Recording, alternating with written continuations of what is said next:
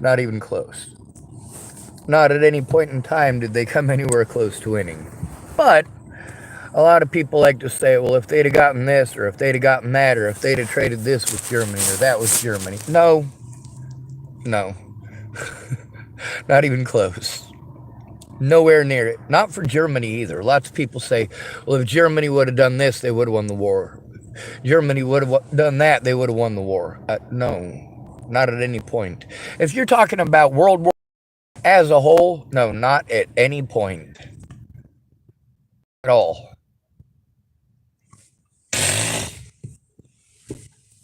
Now, the British, they still try to sell kind of the underdog theory. The reality is they had it well at hand through the entirety of it. Now, then we got to look at the tin cans. The wrecks of complete and total crap that litter the seabed nationwide. Really? No. Depending upon which area you're talking about, international waters could be up to 200 miles away from your coast. 200 miles. It could be as close as 7.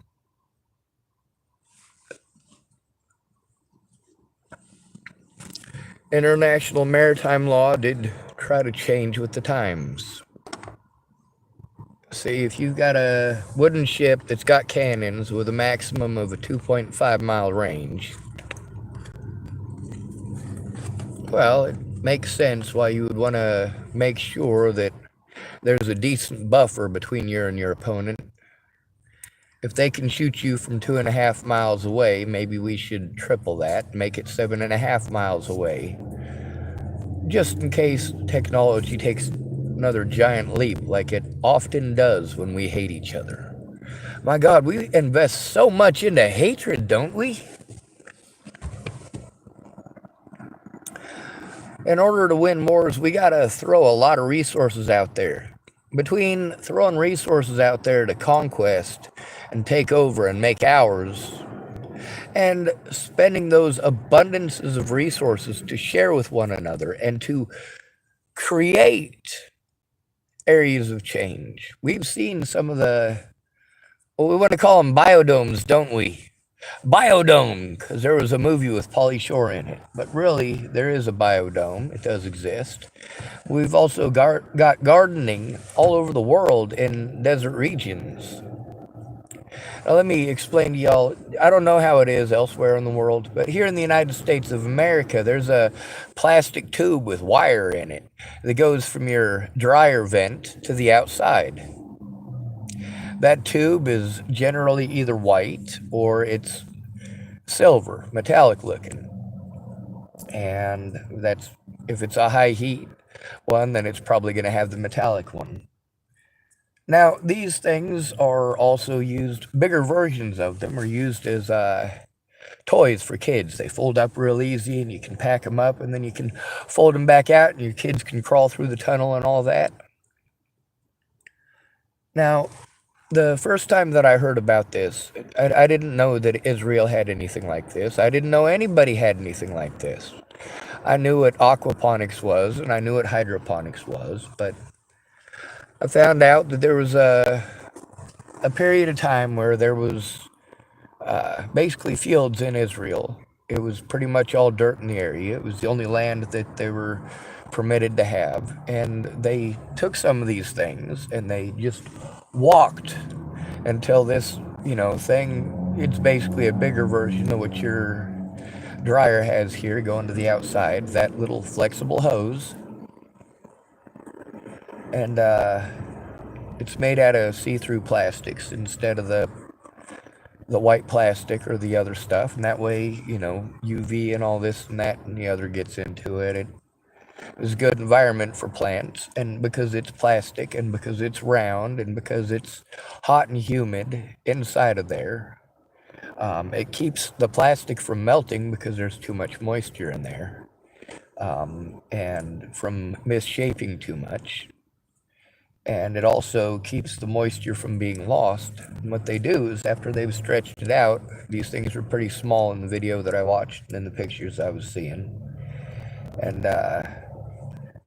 I'm looking at this and I'm going, that's a really good idea. And then I got to reading up on it, and I got to find out that there was some of those, they were actually offered to the Palestinians after, of course, Palestine became property of Israel after the war with Egypt. Now we can see that on all these sides, people produced a lot of crap, World War II and since. And we've got political reasons for supporting whoever it is that we support. And the fact is that we're not judging those people based on the situation that they're in. We're judging it based on the situation that we are told that they're in. If we really believed that Russia was in the position that we thought that they were in, Russia would have pulled out already. There is that.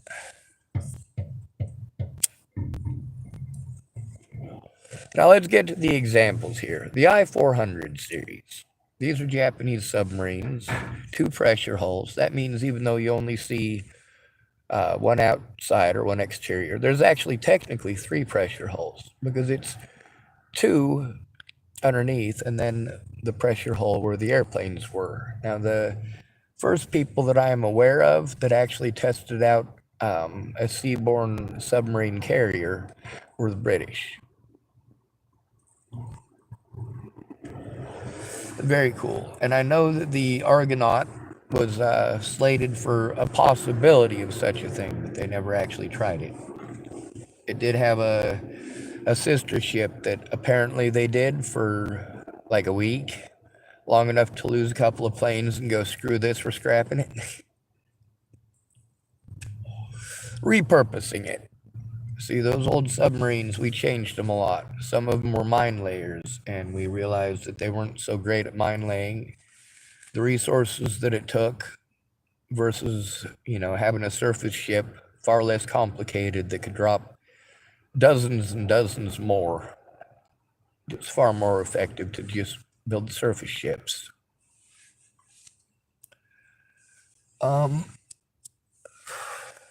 When we look at the war-winning, complete and total shit that won the war, even if you split it into 2 separate wars for the Germans, because the Germans fought 2 different wars 4 different wars during that period, but they're all completely separate wars for the most part. They're different invasion series. He just never completed any of them before starting on a new project. Kind of like American sub-design at the very beginning. Now, where is it that Germany was par excellence? Where is it that they really did the most damage, the quickest, the fastest, the hardest hitting? Was it with the biggest tanks? Was it with the biggest bombers? Was it with the biggest submarines? No. During the periods of time that they did the best was during mass production and simplicity. I mean, they started off with a Christie suspension. That's an American suspension system for racing tanks. Imagine that concept. Racing tanks. Could you imagine going out on the weekend? You go out to the fairgrounds. You watch the demolition derby. You watch the dirt track races. And then for the grand finale, you've got the racing tanks. Great idea. Not so great. These things are heavy and they break easily. They're sensitive. If you got a 100-pound person or 120-pound person who jumps off of a 6-foot deck, lands on their feet, and lands well, they're fine. You take a 400-pound person and you have them jump from half that height, they're breaking both their legs and they're going to the hospital. Size does matter. Now, the Germans, where did they do the most damage? Was it their Type 9 long-range submarines? No.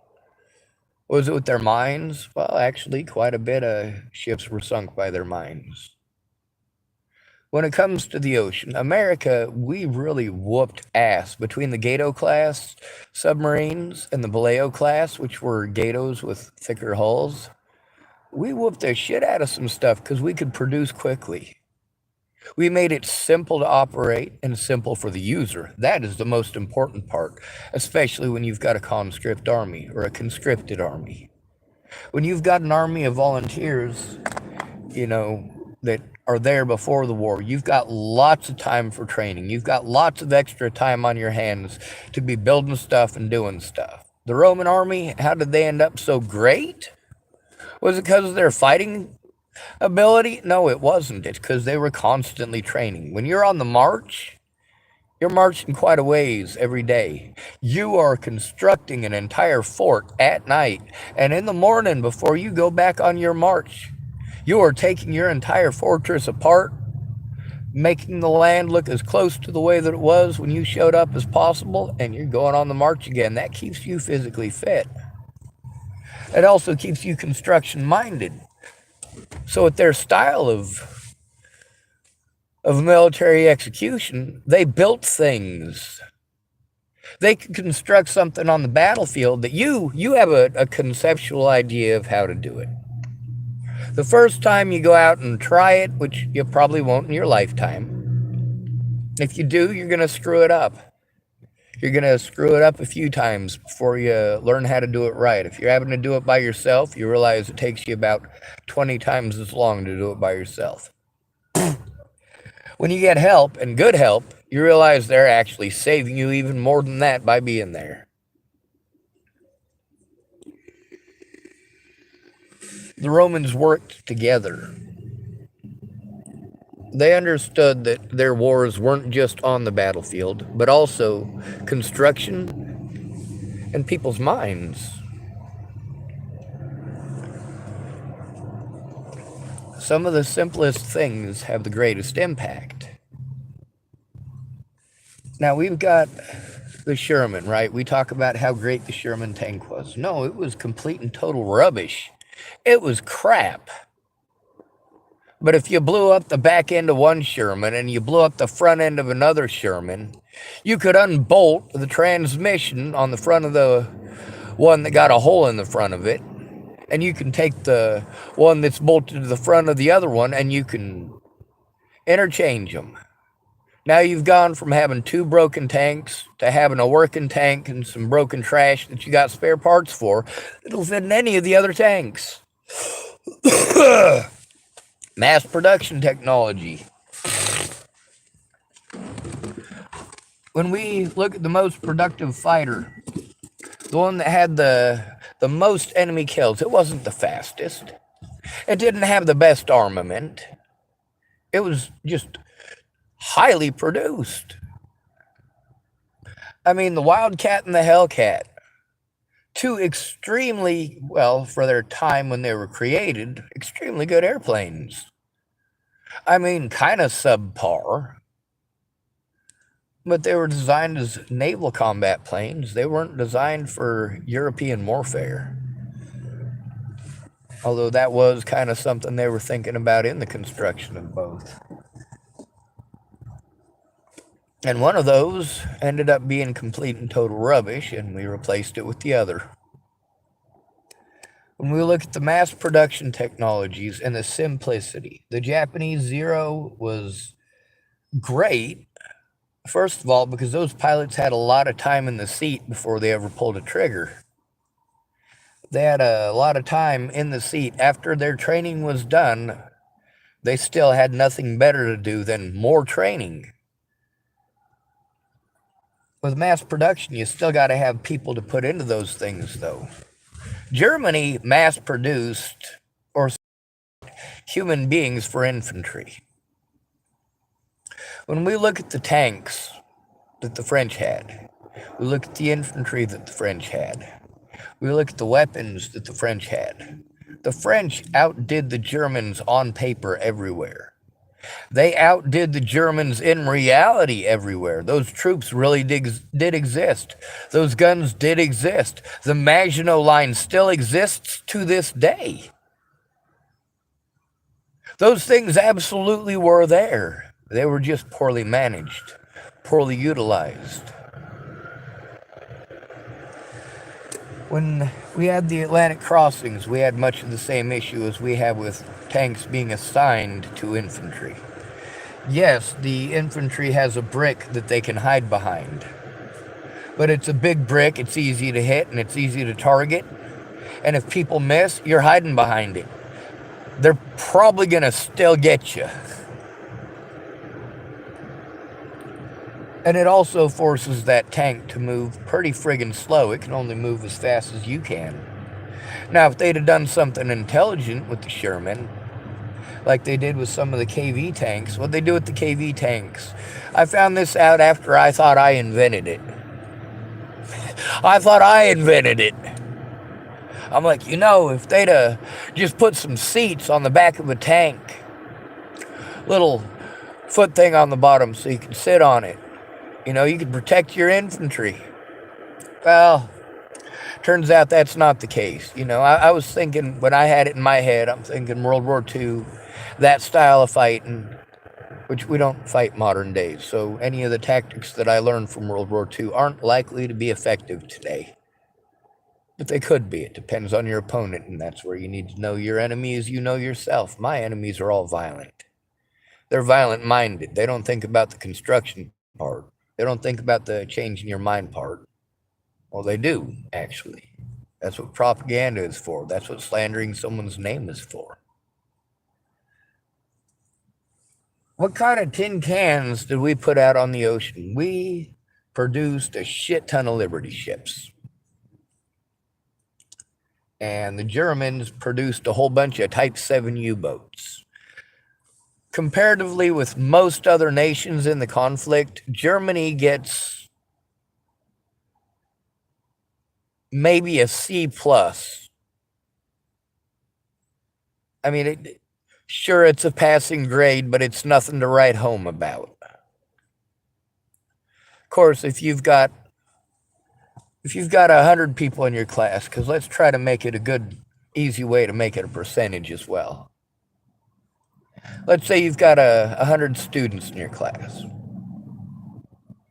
Now you've got 85 of them are C+, C minus students. Most of them are not that great of students.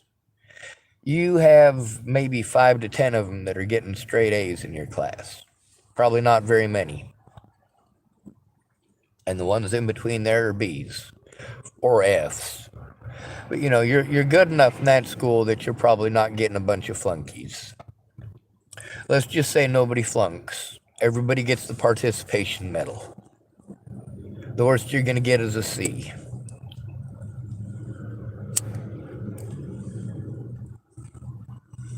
Well, C is good enough. If there's a fight out on the playground, the A students versus the C students are probably going to win. There's a lot more of them. Now, let's say that you've got 10 A students that are all black belts in karate. So they're all trained. They're really good at fighting. They're black belts in martial arts. But C students are just going to pile up on you and ground and pound the hell out of you. Your special fancy tricks for doing in a ring against an opponent for points is just going to get you pummeled. It's probably intelligent to make a strategic withdrawal. Now, with every advantage, this is why they say numbers alone confer no advantage. With motivation, time, and effort, a lot of people can achieve a lot of things. I mean, look at what Dylan Klebold and Eric Harris were able to achieve without actually getting the knowledge to do what it is that they were wanting to do properly. They could have overachieved on that just by spending 30 minutes of doing research. We could be thankful that they didn't. Right now, America overproduces a lot of stuff, and we're trying to do the quality over quantity thing now. And we keep trying to do that. Near the end of the war, the Germans realized how many lives that they had wasted at the beginning because they didn't pay attention to their population size. Should have. You should have protected them from the beginning. But at the beginning, they had mass production going on. They had a lot of stuff saved up. I mean, the French had enormous tanks. That there was no way in hell that the Panzer II was going to do a thing to it. Something like 85% of the German tanks for that invasion were light tanks or lighter. I mean, literally, training tanks. The Panzer II was literally a training tank. They were allowed to have a training tank. And they took over France with a training tank. They took over Poland and Finland with training tanks. Training tanks. Denmark as well. Training tanks. They took out the British Expeditionary Force with training tanks, but they had a lot of them. And they were coordinated as tank brigades, tank divisions, or tank armies, depending on if you're British, German, or Russian. Now let's look at all of the wonderful stuff with the Sturmtiger. Let's just look at the Tiger tank itself. And of course the Panzer IV and Panzer V. Let's take a look at them. They're over-engineered. They take up a lot of resources. They take up a lot of skilled labor. They take up a lot of space. You don't get a lot of bang for your buck. I mean, until they started putting the German 88 on everything. And why did they start putting the German 88 on everything? On all their tanks that they possibly could? Because when you got mass quantities of stuff that's going up against your training tanks that fire 20 millimeters, and these things are coming at you head on, you're screwed. Germany sort of mass-produced. They mass-produced a large quantity of the Panzer IIs, and as a result, the Panzer IIs got a lot of reputation. We also like to compare Panzer IIs with heavier tanks. We like to compare the Panzer II, which is literally a training tank, with any other tank. We're doing something wrong. We can't even compare it to the Capronis, the little L-33. Oh my God, that thing is so tiny, but it's specifically built. It's a tank gun. It's created specifically for being able to view the surrounding area. It's made with a low profile. It's made so it's good on gas. My phone is gonna die. I gotta turn my vehicle on again. I should just plug my phone into the external battery, huh? When we look at the destroyers that we put out there, we put out a lot of destroyers. And we had a lot of destroyers that were complete crap from World War I that we just upgraded. We already had them. It was quick enough to do it. And then we gave it to the British in exchange for air bases and such in British-held territories. We also traded some of that with France coming up to the war in exchange for air bases in held territories such as Vietnam. But we'll not pay no mind about that. Those were American interests. When France lost what they lost and ended up in German hands with a Vichy government, that didn't change the fact that they had made that agreement. And after the war was over and America said, hey, we helped to liberate you. We sent you all this stuff while you guys were, well, before you got your butts kicked. So, yeah, you still owe us. France was under a lot of pressure to go get some of that territory back, but here's the thing. Asians and Africans, what they got out of World War II was, hey, we don't want nothing to do with these European wars or these Europeans. We don't want to be their property. We want to be left alone. We want to be left to our own devices. If there's a war and a famine here, we know that they're going to ignore the famine, but they're going to want us to fight their war. So Asia and Africa and India, thank goodness they all got their independence. They got it differently, though.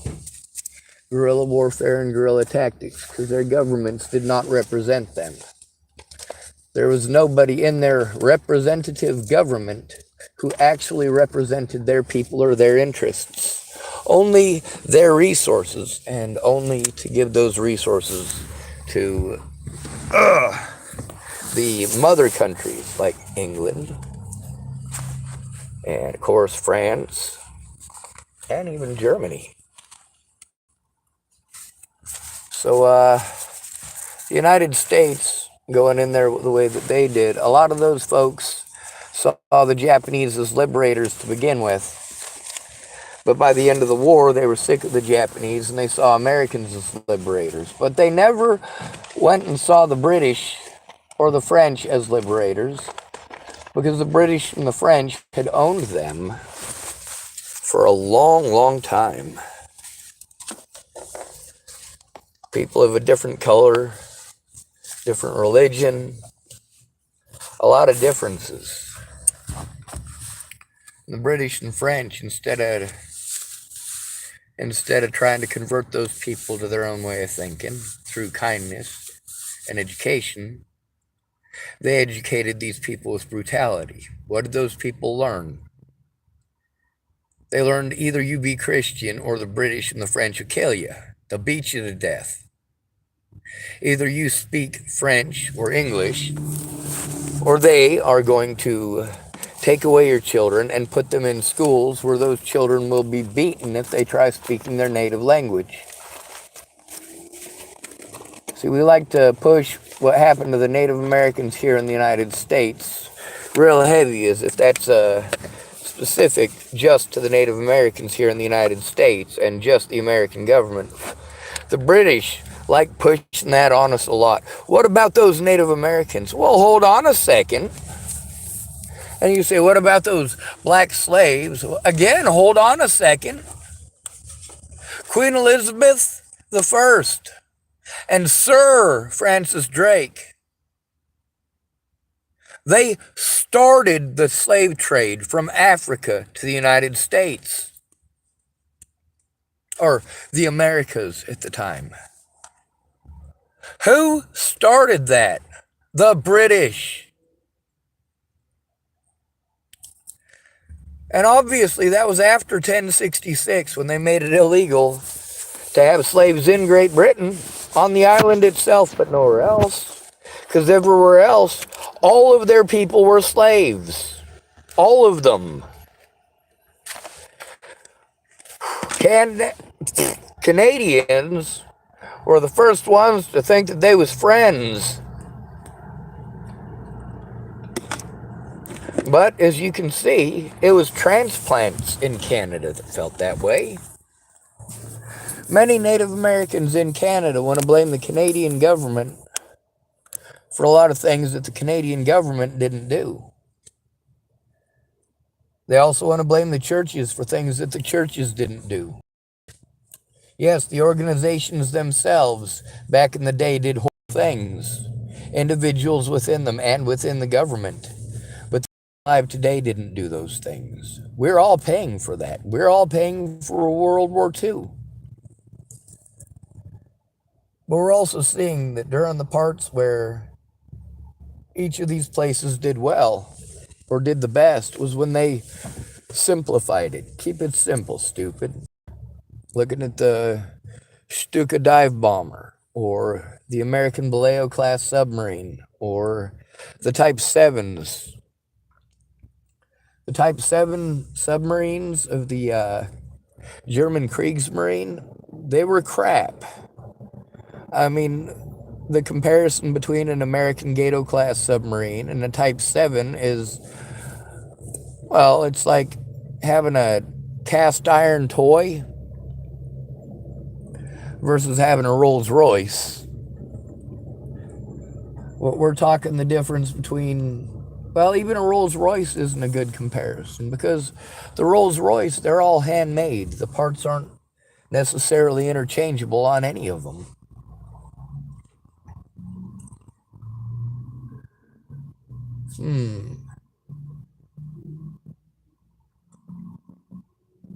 I suppose the Baleo class versus the Type 7 would be the difference between a Chevy S10 and a Corvette. They're both Chevys, they both drive on the road. They can both kind of sort of do the same thing if you modify them. I mean, you put a tow hitch on a Corvette, you'd have to do some modifications, but you could do it. You can race in a Ford pickup truck, you just have to do some modifying to do it.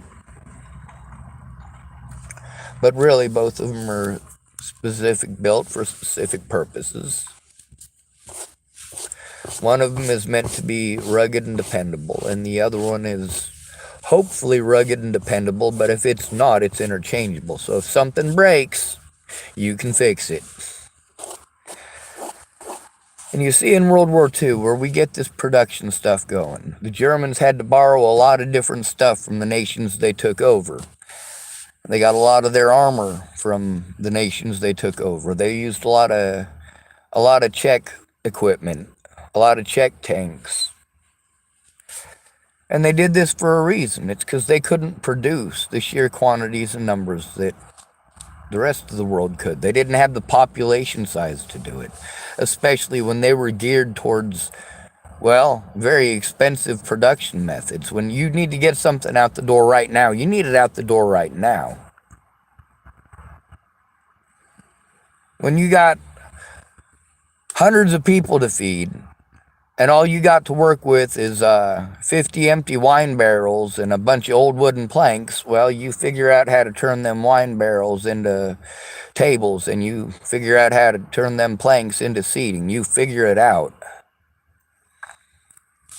And that's something that Germany was very much doing through the entirety of the war. They were also trying to show their people how much superior they were. A lot of their films and stuff like that, they try to make sure they only film the modern stuff. They don't film the fact that the majority of their artillery, their equipment, and their people, if they weren't on foot, it was being carried in and packed in by human mules, basically, or a whole shit ton of pack animals. Horses, mules, donkeys.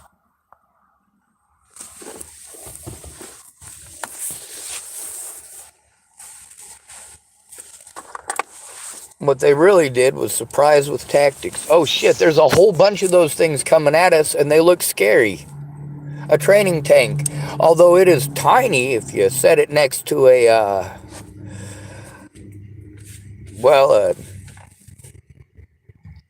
let's say an Abrams. Most of the World War II tanks are going to look tiny compared to an Abrams. But the tank that the Germans used at the very beginning, when they took the most land the quickest, it was something that was small and fast and intimidating and surprised the hell out of people.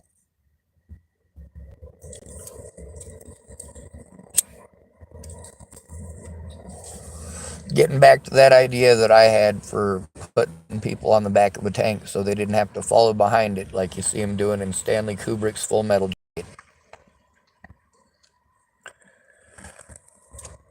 Well, it turns out there's something called splash damage, and the closer you are to a tank that gets hit, the more likely you are to get splash damage. Also, the troops that are within the tank are facing in specific directions and aligned in specific ways where they're not able to be jolted the same way. Even if you're strapped in on the back of a tank, if it gets hit, it could kill you. If you bounce wrong, it could kill you. It's like the difference between being somewhere on the bus and specifically being at the back of the bus when you go over a bump. A lot of kids when I was younger would specifically sit in the back because they wanted to hop when we went over a bump.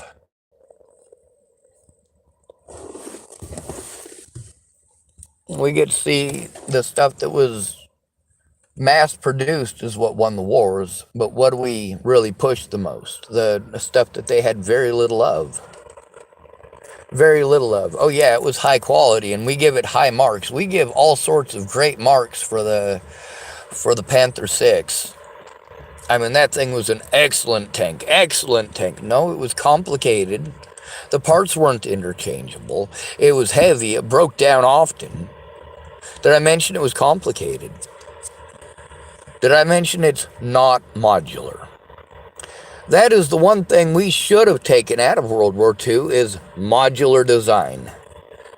The best part about a Sherman tank is its modular design. Now, then you want to compare the T-34s. Oh, well, they're kind of sort of modular, but you can't interchange the parts on them. Those things were made so incredibly cheap, it didn't matter. If you needed to get 10 of them out of the door by sundown, you could do it. If all it was a matter of pulling in another production line, I mean, you'll look at the difference between a lot of the gears. The cast gears that were made by the Russians didn't last very long. We're talking about 15 to 20 miles at most. At most.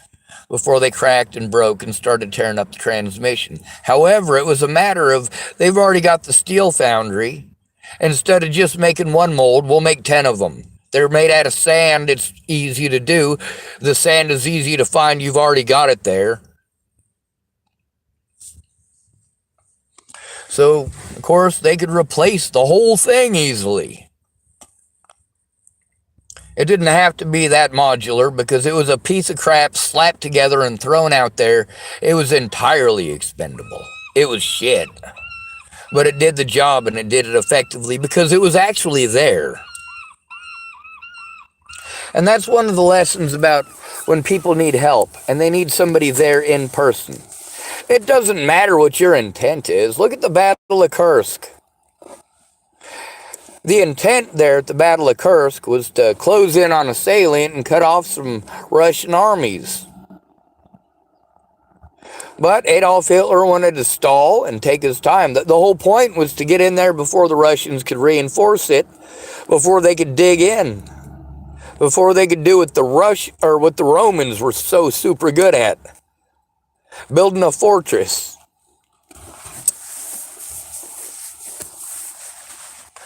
So, of course, we got this situation where in the air you get to see the production of the Liberators. They were complete shit, but they were there.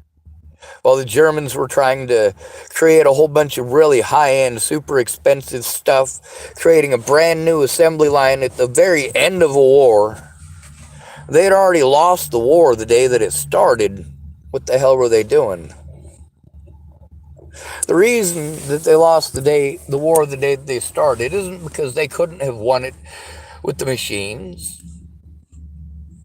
It's that they couldn't have won the people's hearts and minds in the way that was necessary. When people are happy, they produce. They produce well. When they have the time to do it right and to do it properly, you will get some wonderful things out of them. But when you rush somebody into making something, you put them into inhumane conditions and you force them and whip them, they don't want to be there. They don't want to help you. Anybody that will hurt you for doing this to them, they're going to side with. If there's something that they can slack off on that they know is going to screw you guys over in the long run, they're going to do that. I assure you, forcing me into a factory is only going to result in American goods turning into complete and total trash, because I'm not going to do it right. I will intentionally do it wrong if you're going to force me. Funny how that works out, isn't it? Now, when we look at a lot of the stuff that the Germans produced, the stuff that worked well, the stuff that gave them the best numbers, the stuff that they were able to just make a bunch of it. It was simple. It takes a lot more time to make a Rolls Royce than it does to make a Volkswagen.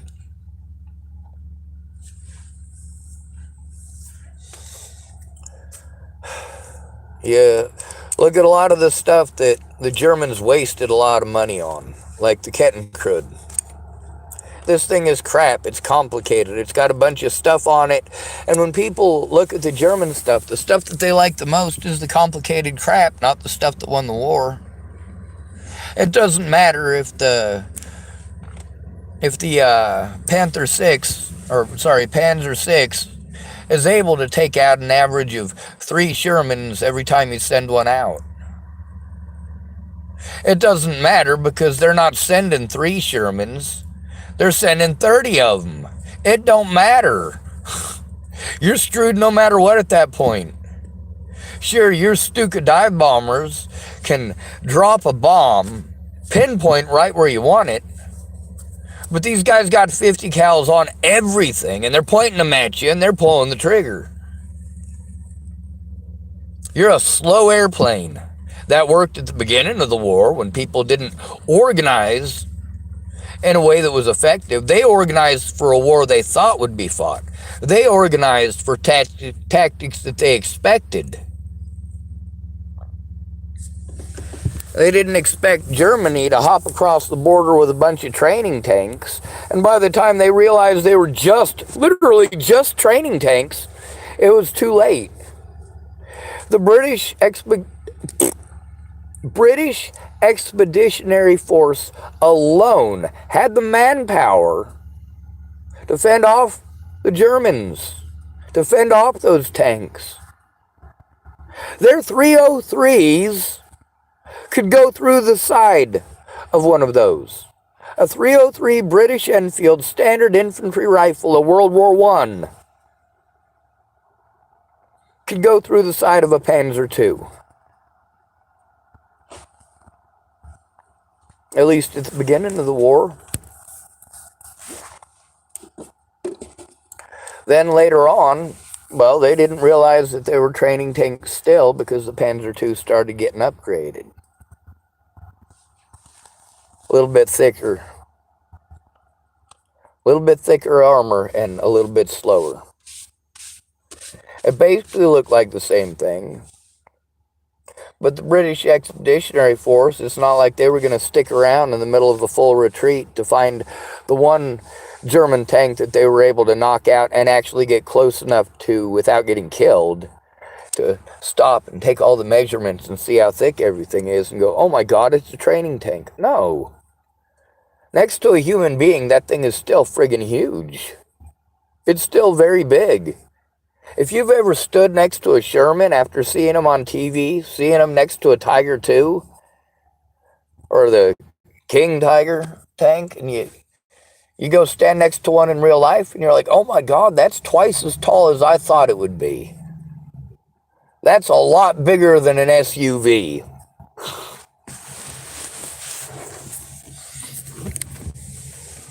We look at the parts that the British got their asses kicked the most on. The part that they were afraid of the most. Was that the air war? No.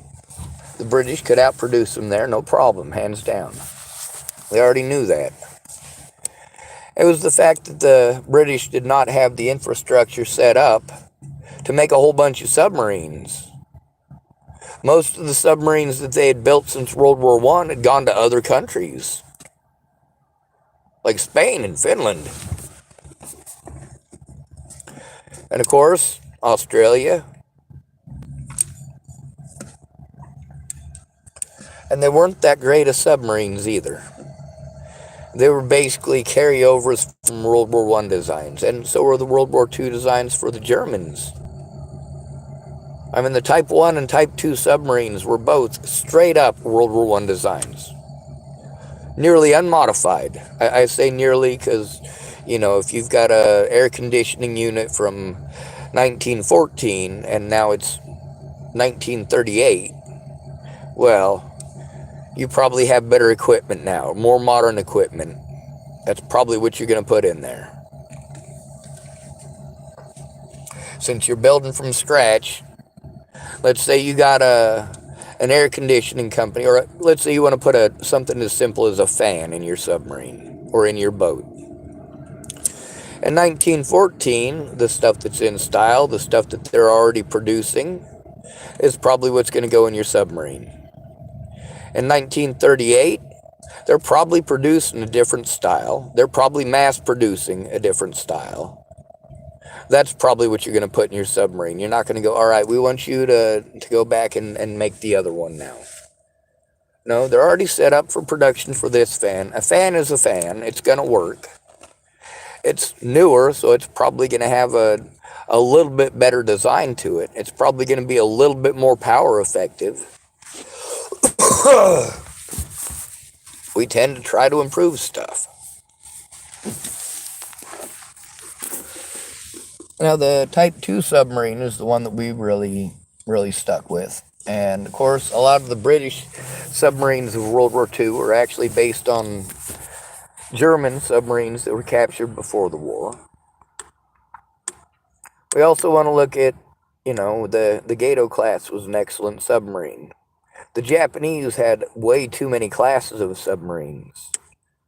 As a result, they had way too many people on production lines, producing way too many different designs. Each one of them vying for whose design is going to get there, same as in the U.S., but we've got it being chosen by design boards. Yeah. Makes it complicated. For the United States, we went, all right, well, we want you to produce one of these super carriers. And we get some businessman who says, well, I can't produce you one of those super carriers because, well, the way that I do things is far simpler. But I tell you what, I can produce you 50 fast carriers, fast aircraft carriers. If you got 50 of them on there, what happens if you lose one? You still got 49. What happens if I spend all this time making you a big giant super carrier with all the bells and whistles? Well, it's going to take me 4 years just to get through the design board part of it, just to figure out mathematically how to make everything fit. And then I got to figure out on paper how to balance the thing properly. And you kind of hope that you start out right, like, hey, it's going to have 2 engines, so we'll offset them. One's on the left side, one's on the right side. That's kind of balanced. We got to make sure we put some weight in the front, too. We also want to make sure that it doesn't bow up in the middle because it's got weight at just the rear and just the front. So we got to put weight in the middle. But ultimately, it was the modular design of it that did so great. Now, there's also having multiple firms creating the hull assemblies. If you're going to make the body of a boat, you want them all made by the same firm. The whole being paranoid of who's building what and making what and working for who. Well, instead of having one company doing it, now you got 6, 7, or 8 companies all building parts for your Type 21 submarine. You've got over 100 submarines that have been constructed, and you've only got 4 of them you can actually put on the water because nobody knows what the hell they're doing. They don't know what the other guys are doing. They're not building it as they go along. They're building it modularly, but not to a precise specification like America did. And the Japanese, a lot of their stuff being handmade. It doesn't matter how great your country is for building a great battleship as a great symbol, like the Yamato and the Musashi. They were too big, took too much time, took up too much labor.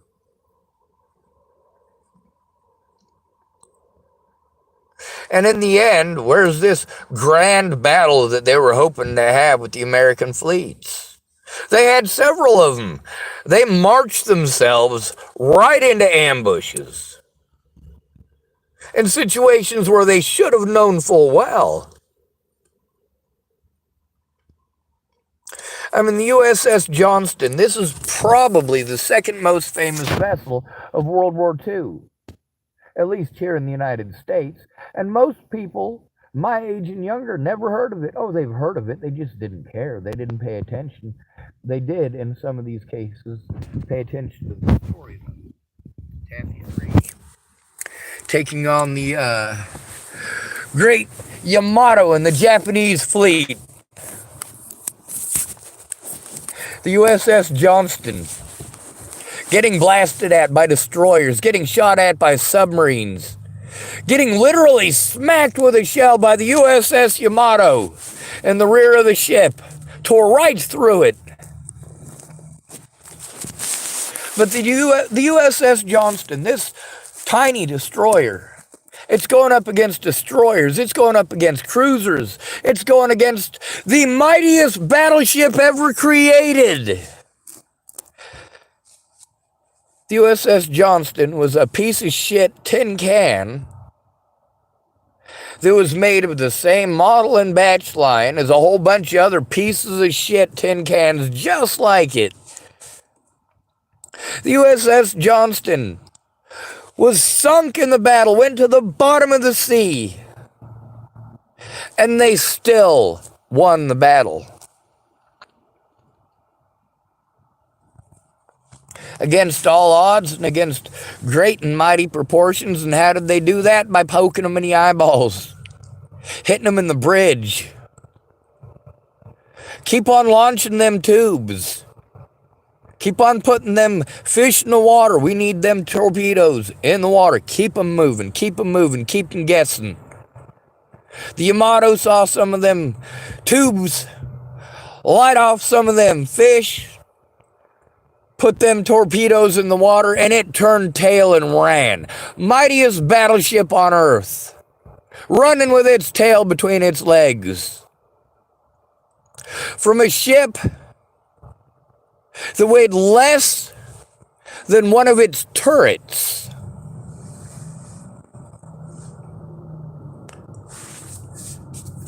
Now let's take a look at the midget submarines. These, for the most part, were not fast attack craft. These were last-ditch efforts. But they sure came out with some good ones. The British, when they were needing the last-ditch effort, they used a lot of little stuff like that, like the X-craft. And of course, the Germans didn't think much of it. But then, of course, when they were in a desperate situation, the British were no longer worried about X-craft. They were no longer worried about the infiltration with subs or last-minute desperate acts to get your boys off of foreign soil and back home, or we can rearm them and send them back.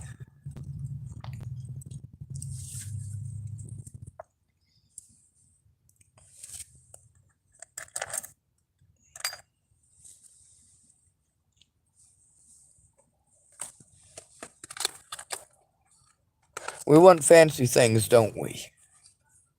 We want expensive things. We want to see expensive things. We don't want to see what the C students got. We don't want to see that. We want those C students to disappear. We got a bunch of C students that trying to pretend like they're A students because they want to fit in. Fucking sellouts.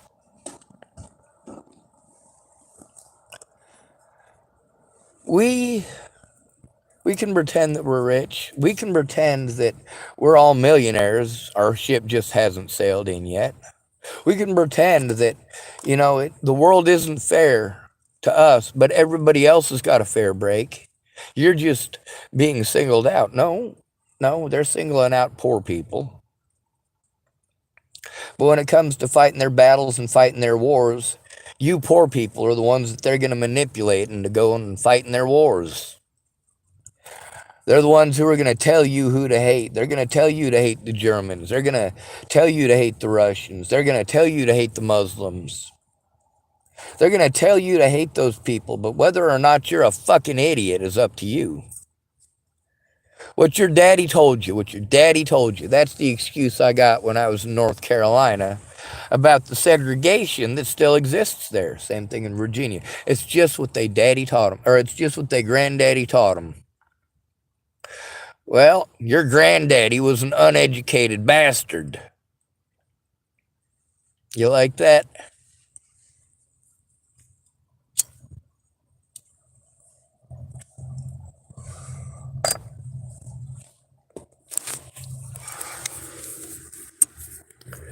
Our granddads, just because they are granddads, don't make them right.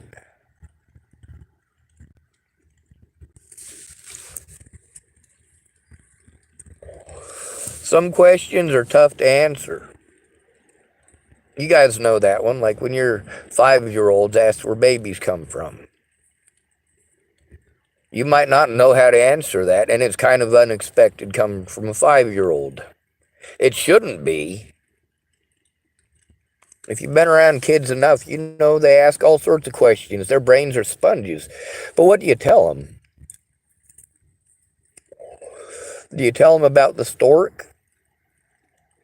About them presents under the tree? Did you tell them Mommy and Daddy busted their asses for that? Or did you tell them it come from Santa Claus?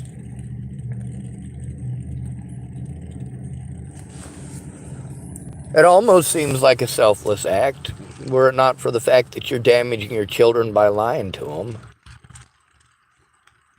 Those little white lies that you think are okay.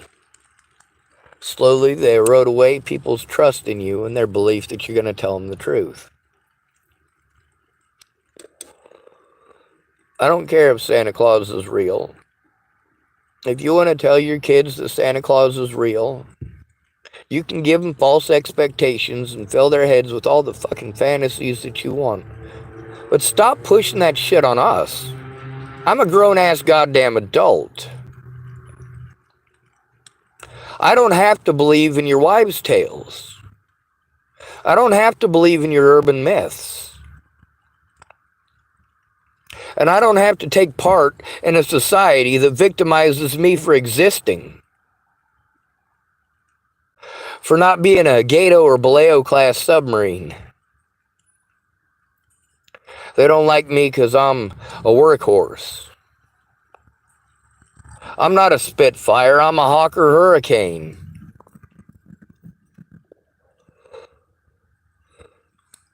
I'm not a luxury liner. I'm a Liberty ship.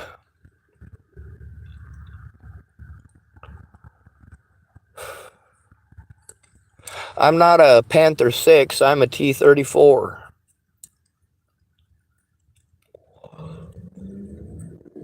I just happen to be built exceptionally well. Once in a while, you get a piece of shit tank that has an excellent power plant. My brain is fucking pristine. It is a gorgeous piece of equipment. If I were a submarine, it would be glistening.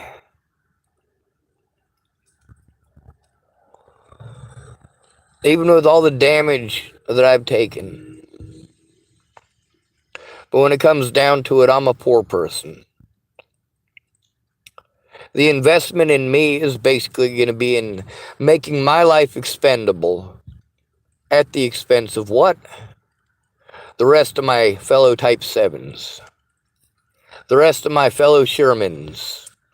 The rest of my fellow T-34s. When it comes to production level is important. Why were Americans producing great equipment and the Russians and Germans were basically building complete and total crap? The Russians weren't fucking happy. The Germans weren't fucking happy. The Russians, 85% of what they utilized on the battlefield was America-made. America-made. 85%. But that's not what they show on the reels. And it's also not the stuff that the Germans are going to talk about. Because, I mean, really, a Sherman tank on the Eastern Front is still nothing compared to a T-34. A T-34 is scary and imposing and your shells bounce off. You shoot it at a Sherman, it lights on fire. They're not producing as many Shermans for the Eastern Front as they are for the Western Front. Russia is basically power-pounding America to give them a bunch of free shit that they still haven't paid for. To this day, the Russians haven't paid for any of it. They haven't even attempted it. All of that free stuff that we sent over there. Because the T-34, as scary and imposing as it was to those Germans, and as much as it left a lasting impression, it was crap. And most of them broke down on the way there. The IL-2 was known for taking a lot of damage, and they produced a lot of them. And even though 30% of them never left the ground, never even left the ground, 30% of them were just complete rubbish. The ones that did make it into the air, they made an impact and they made a difference because they were there when and where it mattered. These are your first responders. Those coastal submarines. Those coastal submarines like the German Type 7 U-boats. That's your workhorse. That Sherman is your workhorse. That T-34, even if it's shit, you can replace it with American goods. Or you'll just produce 10 more and maybe 7 of them will work. You might get a few of them to the battlefield. That's better than none.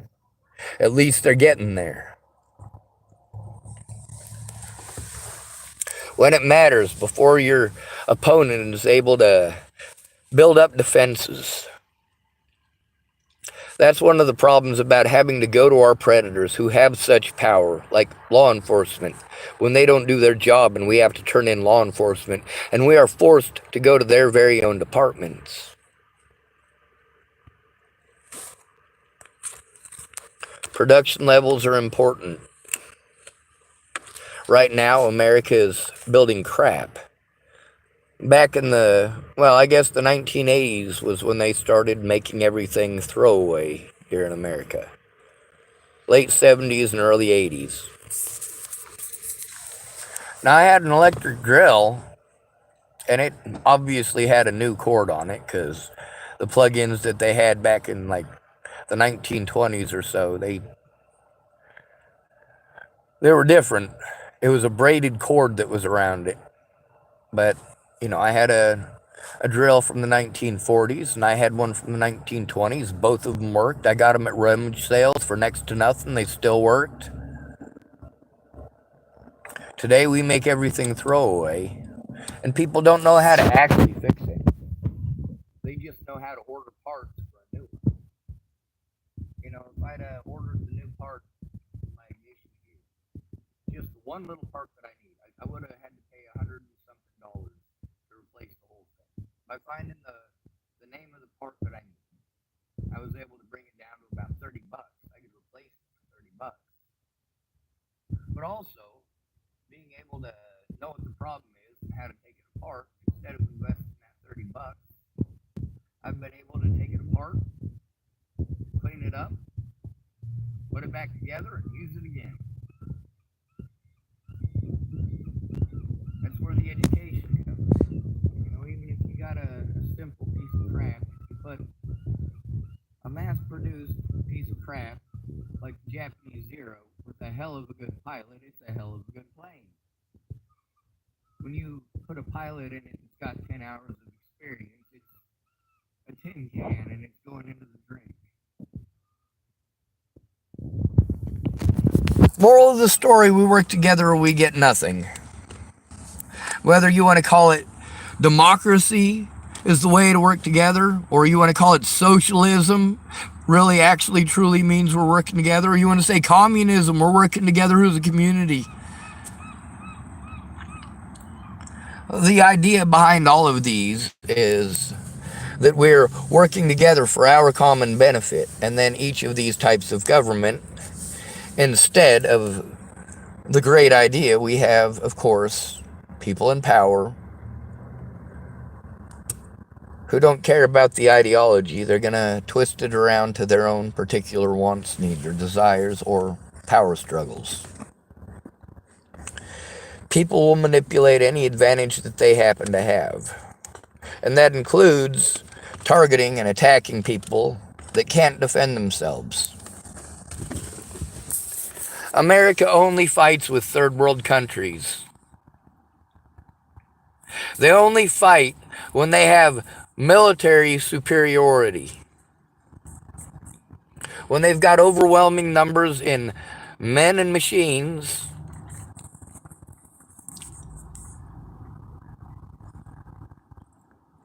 Why are we destroying third world countries? What are we getting out of this? We're showing off to the Russians is what we're doing. And the Russians are trying to show off to us. I say screw all these governments. I say Russians are human beings too. I say Ukrainians are human beings too. I also say Americans are human beings. Germans are human beings. We're all human beings. Is it okay for us to hold all Germans alive today accountable for the actions of Nazis? But you want to hold all white Americans today responsible for slavery. We want to push it as American slavery is the only slavery there's ever been. We're only going to pay attention to American slavery. We're not going to pay any attention to European slavery. We're not going to pay attention to where these ideas and models and concepts came from. Because you guys are too busy trying to get laid, get drunk, and be stupid. You guys want the Rolls Royce. You want the Louis Vuitton. You want the Ww2.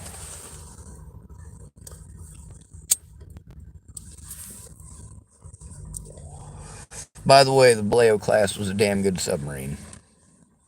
Between a Ww2 class and a Type 21, I highly recommend the Ww2 class. Between a Ww2 class and a Seehund, I highly recommend the Seehund. It's a lot harder to hit. Between the Type 23 coastal submarine and the Seehund, I recommend the Seehund. It's a lot harder to hit, and it's got the same exact weapons load. You get to use less people, and it doesn't have the same range, but you don't need it. We still say today how crappy these Japanese midget submarines were, and these Italian midget submarines, how they were the greatest in the world, and how these German submarines were complete and total crap. But you know what? Their own numbers from the Germans and from the Japanese and from the Italians showed that all of them were far more effective than we ever gave them credit for. They take credit for a lot of explosions during the war that we knew that our ships exploded. We knew that they cracked and fell in half and sank. We just didn't know it sank them. So we didn't give credit to U-boats, especially not the Seehund. At the end of the war, no, they had to admit to the V2 and V1 rockets because you couldn't hide them. They were falling on London. But there was no Seehund submarine in London. They were all out in the ocean. They're not landlocked creatures, so to speak. They were still able to develop something pretty good by the end of the war, even with their production capabilities. The Japanese, a lot of their midget submarines would have been great if they'd have been able to get them out there. But they didn't get them out there. That's where a lot of people speculate. What would have happened? What could have happened if? But what did happen? What did happen is the only possible outcome because it's what did happen. If you throw a hand grenade into a classroom full of kids, what actually happened is that you threw a hand grenade into a classroom full of kids. That's what you did. Speculating on what could have been doesn't make any difference. When somebody comes to you after being victimized and they have had to do desperate shit because you didn't care to help stop these things from getting out of hand. Other way, you cared to do your drugs, you cared to party, you cared to go out with all of the friends that you go out with when you want to have fun. But the friends that you take all your problems to are the ones that you ignore the most when they have problems because they're not fun. You want to drown out your issues. You want to drown it out with drugs. You want to drown it out with alcohol. You want to drown it out by going and doing fun things and spending money. And the more shitty your life is, the more money you spend on sinning, while telling the rest of us what good Christians you are, what good Muslims you are, what good Jews you are, what good atheists you are, what good Odinists you are. When things get tougher, you spend more money on prostitutes, you spend more money at Chippendales, you spend more money on alcohol. When we hit a recession or a depression, that is great for all of those industries. That means more money is going to go into the strip clubs. That means more money is going to go to Coors. More money is going to go to Budweiser. More money is going to go to Jack Daniels.